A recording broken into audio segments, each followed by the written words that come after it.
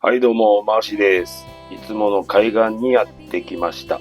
プラゴミ中心に拾ってきます。さあ、今回のテーマは気候の変化です。変化によってどんな影響があるのか、学んだことをお話ししていきます。今、地球が温暖化になっていることは事実ということで、前回学んだ緩和と適応に関しても様々な考えや思いもあるかと思います。しかし、起きていることから目を背け、何もしなければ前回の動画の緩和と適応を見返してください。概要欄にリンクを貼っておきます。いやー今日も暑い。こう暑いとアイス買って散歩で溶けるレベルですよ。でも、ここ数年の暑さってただの夏の暑さじゃない気がしませんか？本気で地球が怒ってるみたいな、そんな怒りの暑さにも感じます。で、笑ってられないぐらい最近の暑さは本気ですよ。前回同様拾いながら話していきます。先ほども言いましたが、テーマはズバリ気候の変化。ちょっと真面目な話だけど大事なことなんで、ぜひ聞いてってください。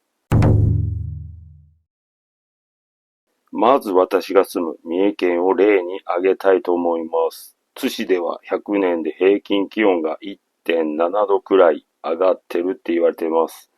グラフを見てください。1.7 度って誤差じゃねって思ったあなた。これが意外と、いや、とんでもなく大きな変化なんです。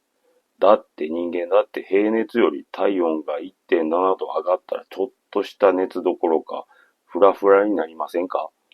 それと同じで地球もちょっとした変化じゃ済まない状況なんです。例えば夏の猛暑日が増えた。冬日が減っている。四季がもう2期みたいになってきていると思いませんか？春と秋がどっか行っちゃったみたいな。さらに急な豪雨や台風の勢力も強くなってきて、最近の雨、昔とレベルが違うと思いません？で、ここからが本題。こういう話をすると誰かは、ゴミ拾いして気候変動に意味あるの？違うことで良くする方が良くないと思った人もいるでしょう。清掃活動って簡単で、子供から大人までできることなんです。だけど案外勇気と行動の一歩を踏み出せない人もいるので、一歩踏み出せるきっかけになればと思います。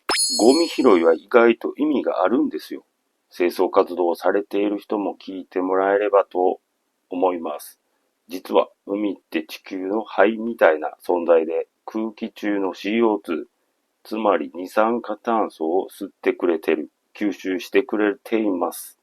だけど海にプラスチックゴミが流れると、最終的に海の底に沈殿します。生き物が傷つくだけじゃなくて、海の機能も弱ってしまう可能性はあるということです。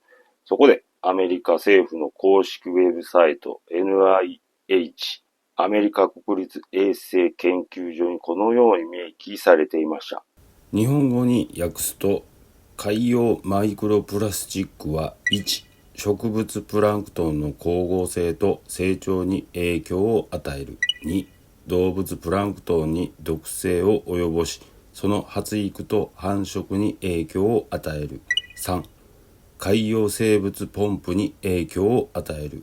4、海洋炭素貯蔵に影響を与える可能性があります。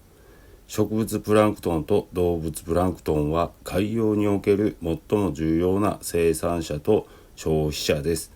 そのため、この影響の潜在的な規模と範囲、およびその根本的なメカニズムを探るためには、さらなる研究が必要であることは明らかですと、参考資料を見てみました。つまり、ゴミ拾いは小さいことでも継続することで海を元気にして地球の熱を下げる力をサポートすることにつながることを信じて今後も拾っていきます。海にありがとうって言う代わりに一個でもゴミを拾う。それが僕らにできる地球へのケアじゃないでしょうか。ここで大事なのは誰が悪いじゃなくて、じゃあ自分に何ができるって考えることが大切。何ができるんだろう、それは身近なことでいいと思います。エアコンの温度をちょっと上げる。ポイ捨てせずリサイクルする。地元の野菜を選ぶ。これは地産地消によって輸送の燃料を抑えられると思います。そしてゴミを一つ拾うことだって立派なアクション。どれも小さいけど無関心よりずっと意味があります。僕は今日も地元の海岸を歩いてゴミを拾ってちょっとずつ未来にいいことをやってきました。あなたも今日から一歩踏み出してみませんか？これで終わるか。今回は、45リットルほぼほぼいっぱいにはなってきましたね。終わります。この動画がよろしかったらいいねと、最後までご視聴ありがとうございました。またですね、チャンネル登録の方よろしくお願いいたします。それではまた。